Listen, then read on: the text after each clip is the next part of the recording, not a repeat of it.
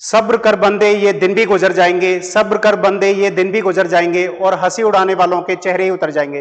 Hello everyone, I am Pradeep Kushwaha, director and founder of Time Care Institute of English language Jaipur, and welcome to my channel. कहते हैं अगर किसी चीज को पूरे दिल से चाहो तो पूरी कायनात आपको उससे मिलाने की साजिश में लग जाती है। तो क्या आपने कभी सोचा था कि मेरे द्वारा आपको इंग्लिश सीखने का मौका मिलेगा? खैर चलिए, ये तो मजाक की बात थी, आई एम जस्ट किडिंग। मैं लेकर आया हूं बहुत ही जबरदस्त टॉपिक, तो मैं स्टार्ट करना चाहूंगा। Are you ready to study? क्या आप लोग तैयार हैं? Okay great, I am also ready to teach you. ये जो टॉपिक मैं आज आपको सिखाने जा रहा हूं, ये बिल्कुल सिंपल टॉपिक है, दिखने में बिल्कुल सिंपल है और सुनने में भी बिल्कुल सिंपल। लेकिन ये कहना गलत नहीं होगा कि स्पोकन इंग्लिश में सबसे ज्यादा अगर किसी टॉपिक का यूज होता है तो वो ये टॉपिक है जिसके बारे में आज मैं आपको सिखाने जा रहा हूं। सो क्या आप तैयार हो? Are you ready? Okay, I am also ready to teach you. जी हाँ, मैं बात कर रहा हूं उस टॉपिक की जिन कार्यों को हम रोजाना करते हैं। आज इस प्रकार के वाक्य मैं सिखाने जा रहा हूं जिन कार्यों को अक्सर हम रोजाना करते हैं। इस प्रकार के वाक्यों को कहते हैं सिंपल प्रेजेंट। टेंसेस के अकॉर्डिंग इनको बोलते हैं सिंपल प्रेजेंट।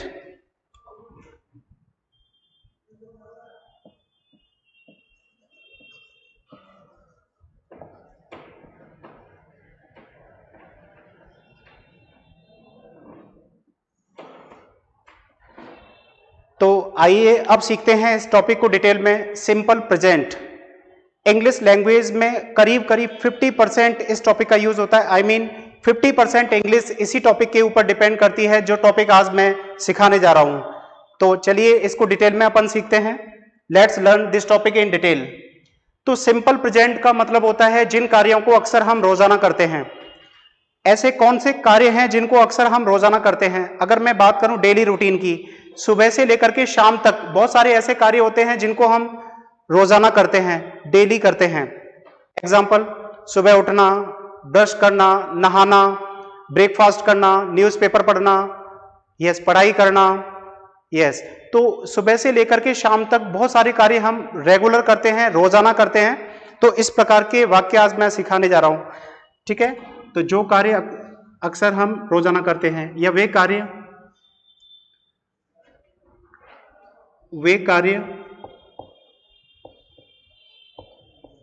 जिनको अक्सर हम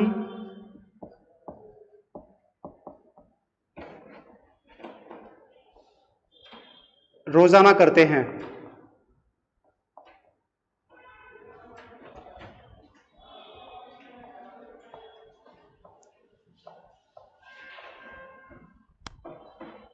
वे कार्य जिनको अक्सर हम रोजाना करते हैं। बहुत सारे कार्य होते हैं जिन सुबह से लेकर के शाम तक बहुत सारे कार्य होते हैं जिनको हम रोजाना करते हैं। तो इस प्रकार के सेंटेंसेस स्पोकन इंग्लिश में बहुत ज्यादा यूज होते हैं। तो चलिए इनको सीखते हैं अपन डिटेल में, deeply. Let's learn this topic deeply. इस टॉपिक की या इस टेंस की जो पहचान है, आइडेंटिफिकेशन, सिंपल प्रेजेंट की जो आइडेंटिफिकेशन है, पहचान है, वो है ता है, ती है, ते हैं। जी हाँ, बिल्कुल आपने ठीक सुना, ता है, ती है, ते हैं। जिन हिंदी के वाक्यों के लास्ट में ता है, ती है, ते हैं, ये अक्षर आते हैं, तो इस प्रकार के वर्ड्स को, इस प्रकार के शब्द को कहते हैं सिंपल प्रेजेंट। इस प्रकार के वाक्यों को कहते हैं सिंपल प्रेजेंट। तो आपने अभी तक क्या सीखा? पहचान, identification. What have you learned? अभी तक आपने क्या सीखा? पहचान।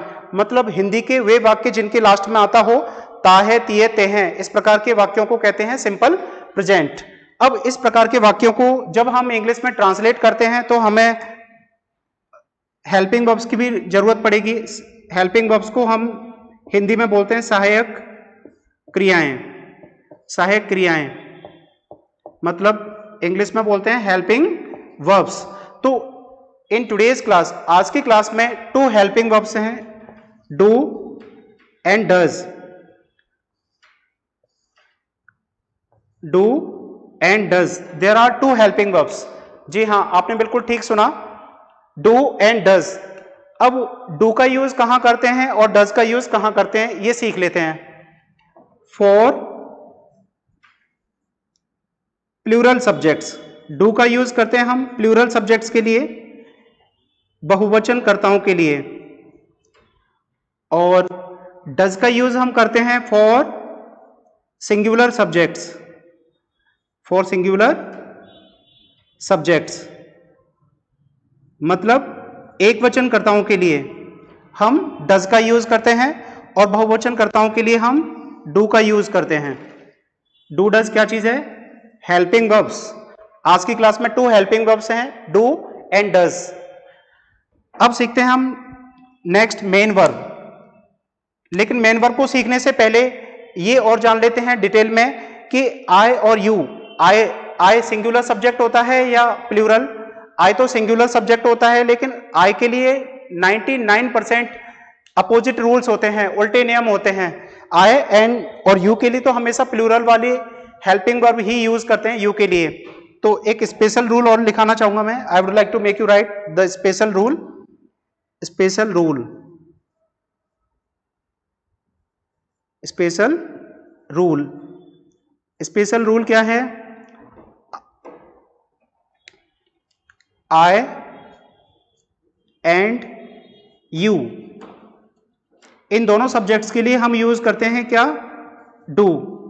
ये एक रूल है, इसको आपको क्रैम करना होगा, रटना होगा, क्योंकि ये रूल ना तो मैंने बनाया, ना मेरे पिताजी ने, ना मेरे दादाजी ने। ये रूल है इंग्लिश का, तो मैंने भी याद किया, आपको भी याद करना होगा। स्पेशल रूल है, आई सिंगुलर सब्जेक्ट होता है, सिंगुलर सब्जेक्ट एक वचन व्यक्ति, मतलब आई मतलब मैं तो एक ही हूं ना। यस, आई का मतलब सिंगुलर सब्जेक्ट, सिंगुलर सब्जेक्ट्स के लिए यहां पर मैंने क्या बताया? डज। लेकिन आई के लिए कभी भी डज का यूज नहीं किया जाएगा। आई के लिए हम कौन सा सब्जेक्ट यूज करेंगे? डू। कौन सा सब्जेक्ट, सॉरी, कौन सी हेल्पिंग वर्ब यूज करेंगे? डू। और यू के साथ भी हम डू का यूज करेंगे। आई और यू दोनों के साथ कौन सी हेल्पिंग वर्ब यूज करेंगे? डू। आपने बिल्कुल ठीक सुना। अब हम सीखते हैं मेन वर्ब के बारे में। मेन वर्ब, मेन वर्ब को हम एक्शन भी बोलते हैं। मैंने आपको बताया था, मेरा जो पढ़ाने का तरीका है, मैं मेन वर्ब को हमेशा एक्शन बोलता हूं। एक्शन, तो मेन वर्ब या एक्शन एक ही बात है। तो मेन वर्ब की कौन सी फॉर्म आएगी आज की क्लास में? First form. हर सेंटेंस में हम फर्स्ट फॉर्म का यूज करेंगे। In all sentences we will use action first form. बिल्कुल आपने ठीक सुना।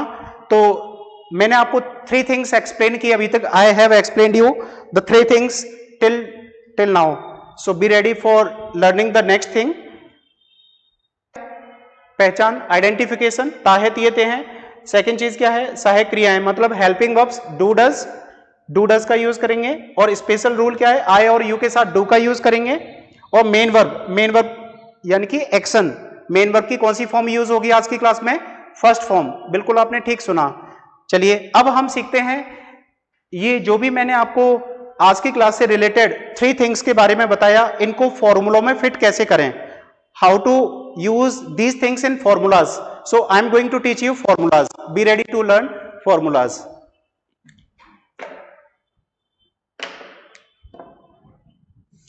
टॉपिक आज मैं पढ़ा रहा हूं आपको, इसको सिंपल प्रेजेंट तो बोलते ही बोलते हैं, लेकिन टेंसेस के अकॉर्डिंग इसको प्रेजेंट इंडेफिनिट भी बोल सकते हैं। प्रेजेंट इंडेफिनिट, जी हां, सिंपल प्रेजेंट तो बोलते ही हैं, सिंपल प्रेजेंट के साथ साथ इसको क्या बोल सकते हैं?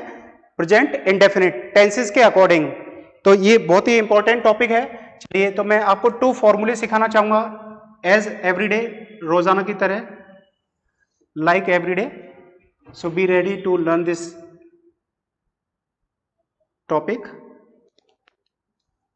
Yes, this one side I will teach you plural formula, या formula for plural subjects, plural formula. And this one side I will teach you singular formula, singular formula. Plural singular तो आप जानते हैं, मतलब एक से अधिक व्यक्ति, उसको तो बोलते हैं प्लूरल सब्जेक्ट्स। अगर एक ही व्यक्ति है, ओनली वन पर्सन है, तो उसको हम बोलेंगे सिंगुलर सब्जेक्ट। तो this one side I am going to teach you about the plural subjects. Plural subjects के बारे में मैं यह फॉर्मूला बताना चाहूंगा। I would like to teach you the formula for plural subjects. वैसे मैं मोस्टली जो फॉर्मूले बताता हूं इन एवरी क्लास, हर क्लास में मैं सबसे पहले जो फॉर्मूला बताता हूं, मैं बताता हूं यू के लिए, क्योंकि सबसे ज्यादा बात हम किससे करते हैं, सबसे ज्यादा बातचीत हमारी किससे होती है, यू से। यू कौन, आप जिससे भी बात करें, हम लोग किसी से भी बात करते हैं, वो हमारे लिए कौन होता है, यू, मतलब आप। और यू के लिए अभी मैंने कौन सी हेल्पिंग वर्ब बताई, डू या डज। ऑब्वियसली डू का यूज करेंगे यू के साथ, यस। और आज की क्लास में एक चीज और बताना चाहूंगा, अगर किसी सेंटेंस में आ जाए क्या, अगर किसी सेंटेंस में आ जाए क्या, तो आपको व्हाट का यूज नहीं करना, व्हाट का यूज नहीं करना। जी हाँ, आपने बिल्कुल ठीक सुना। अगर किसी सेंटेंस की शुरुआत होती है, हिंदी के वाक्य की शुरुआत होती है क्या से, तो आपको उसके लिए यूज करना है डू या डज, मतलब हेल्पिंग वर्ब को पहले यूज करते हैं। सब्जेक्ट के अकॉर्डिंग, कर्ता के अकॉर्डिंग हम यूज करते हैं हेल्पिंग वर्ब। तो डू और डज को कैसे यूज में लेना है, अब मैं फॉर्मूला के जरिए आपको बताना चाहूंगा। I would like to teach you formulas. So be ready for learning the formulas. क्या आप यह कार्य करते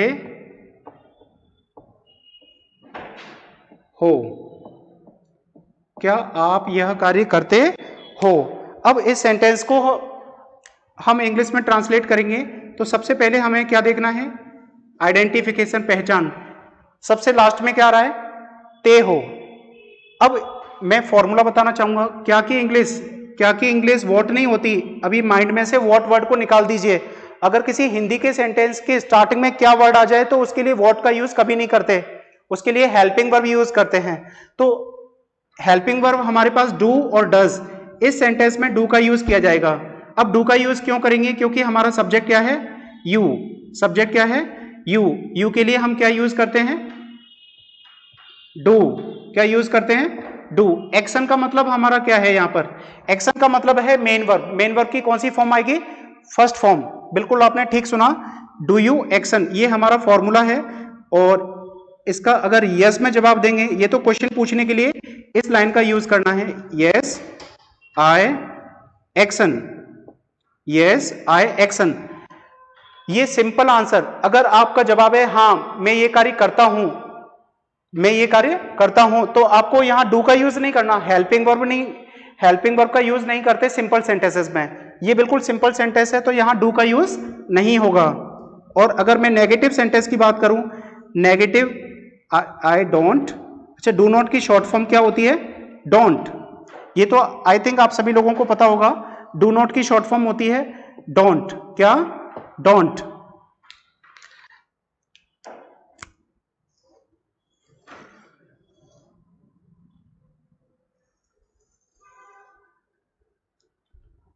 This is our formula, this is question and each question has two answers. Her question के दो आंसर्स होते हैं। There are two answers of all questions. One is positive answer and one is negative answer. तो this one side I taught you formula for plural subjects. ये बहुवचन कर्ताओं के लिए हमने फॉर्मूला सीखा। अब हम सीखेंगे फॉर्मूला फॉर सिंगुलर सब्जेक्ट्स, एक वचन कर्ताओं के लिए formula. So be ready for learning the formula for singular subjects. क्या, सबसे पहले मैं क्वेश्चन पूछना सिखाता हूं, तो क्या वह यह कार्य करता है, क्या वह यह कार्य करता है। अब इसको इंग्लिश में ट्रांसलेट करेंगे अपन, इसका फॉर्मूला बनाएंगे।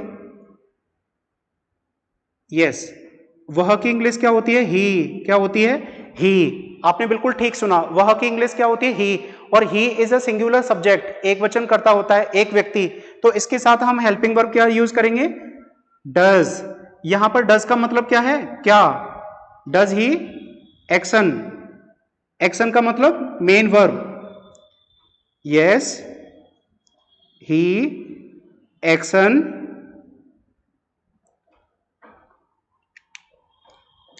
Plus S oblique E S. जी हां, यहां पर एस और ई एस का यूज करते हैं। दिस इज रूल, ये एक रूल है जो आपको सीखना है। नेगेटिव फॉर्मूला होगा हमारा no, he does not. Does not की शॉर्ट फॉर्म होती है डजंट, एक्शन।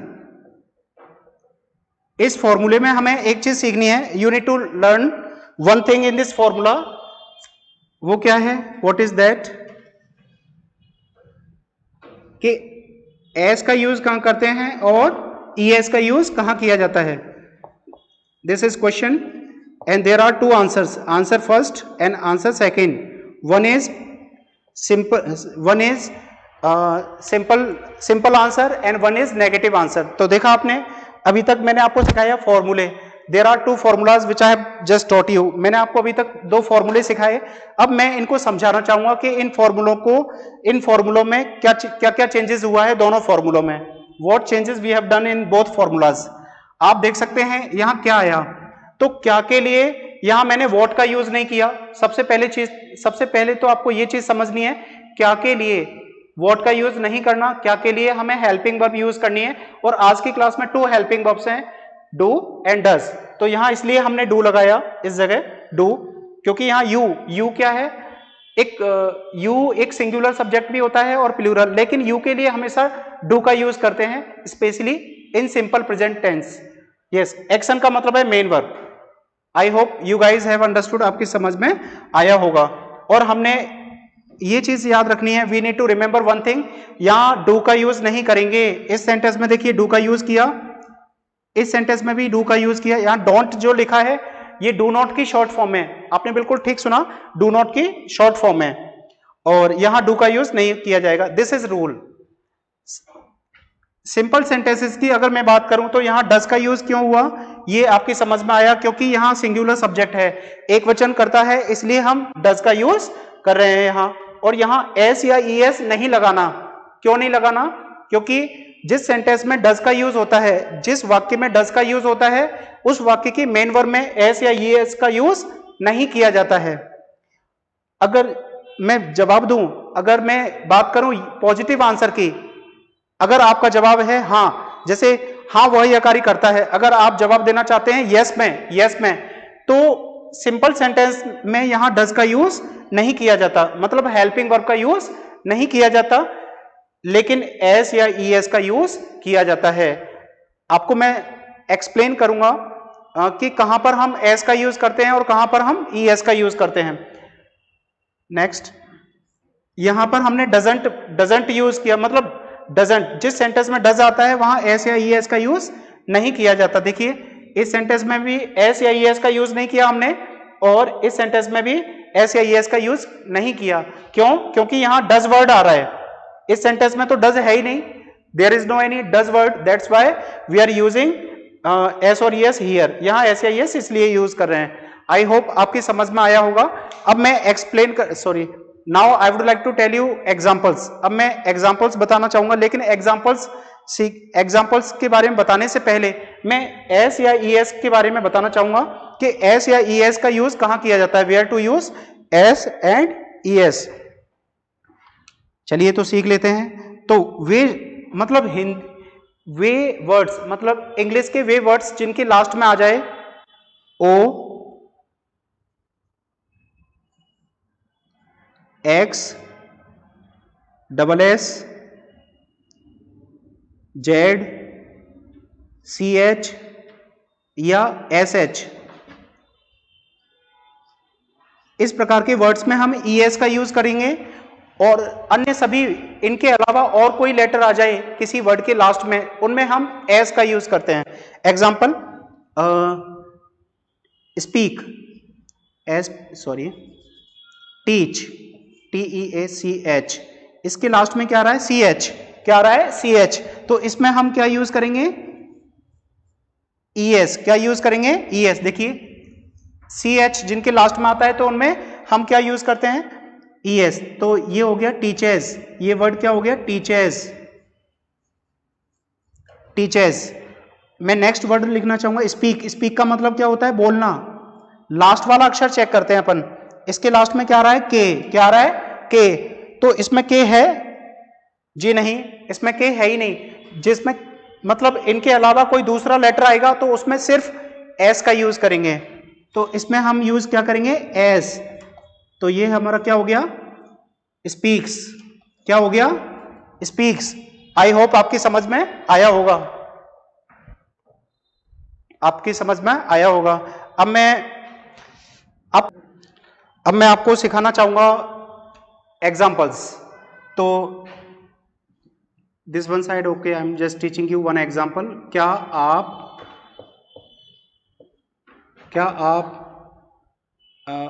टीवी देखते हो? क्या आप टीवी देखते हो? क्या आप टीवी देखते हो?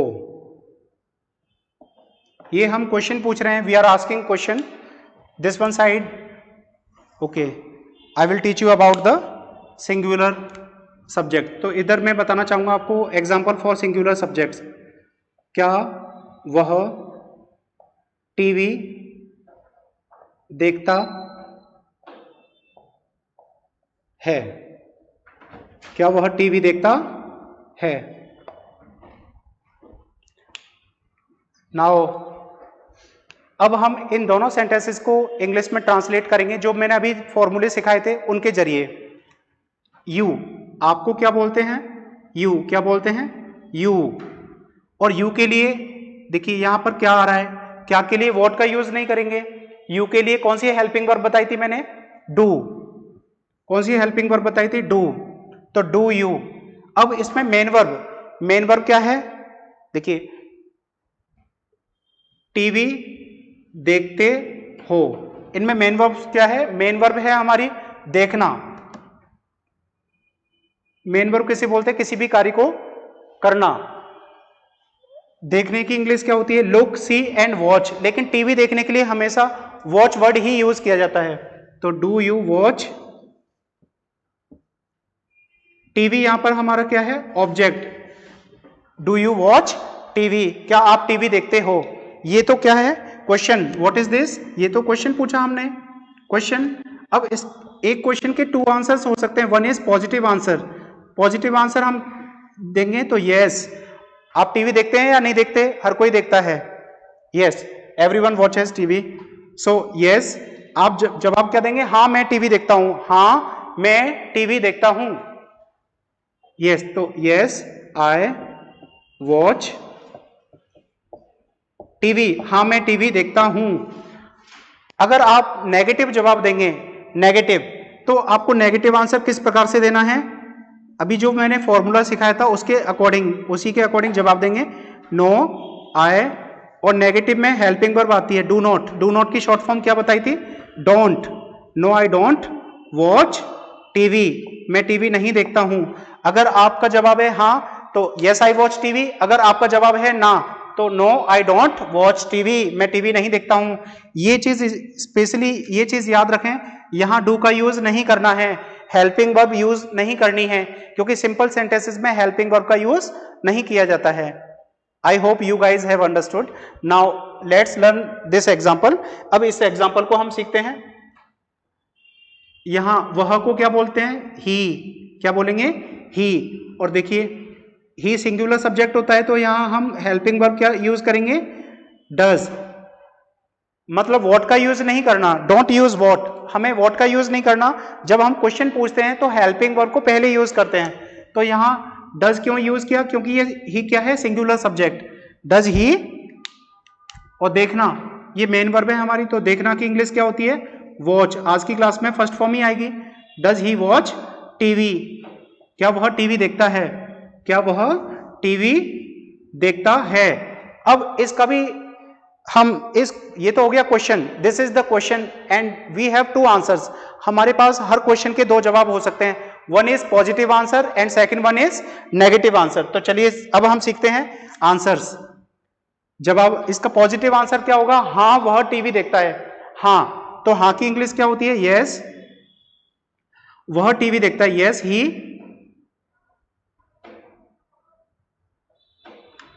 यस ही वॉचेस टीवी, हाँ वह टीवी देखता है, यस ही वॉचेस टीवी। देखिए अभी मैंने बताया था एक रूल, जिन वर्ड्स के लास्ट में सी एच आता है तो उसमें ई एस का यूज करते हैं, और ये सिंगुलर सब्जेक्ट है, सिंगुलर सब्जेक्ट के साथ मेन वर्ब में एस या ई एस का यूज किया जाता है। I hope you guys have understood. लेकिन यहां डज का यूज नहीं करेंगे, हेल्पिंग वर्ब का यूज नहीं करेंगे। और इसका अगर नेगेटिव जवाब देना है तो नेगेटिव जवाब क्या होगा, नहीं वह टीवी नहीं देखता है, नहीं वह टीवी नहीं देखता है। तो नो ही डज नॉट, अच्छा डज नॉट की शॉर्ट फॉर्म क्या होती है, doesn't, he doesn't watch TV, no he doesn't watch TV. तो what is this, this is this is question, ये तो हो गया हमारा question and each question has two answers, हर क्वेश्चन के टू आंसर्स होते हैं, one is positive answer and second one is negative answer. तो I hope you guys have understood this topic, आपकी समझ में आया होगा और आप एग्जाम्पल्स बना सकते हैं इस क्लास से रिलेटेड जो भी आज मैंने टॉपिक सिखाया है। I hope everyone has understood this topic. If you like this video then please like, share and comment and subscribe my channel to watch my videos regularly। और हर 2 दिन बाद मैं वीडियो अपलोड करता रहूंगा, so keep watching my videos। thank you so much, thank you।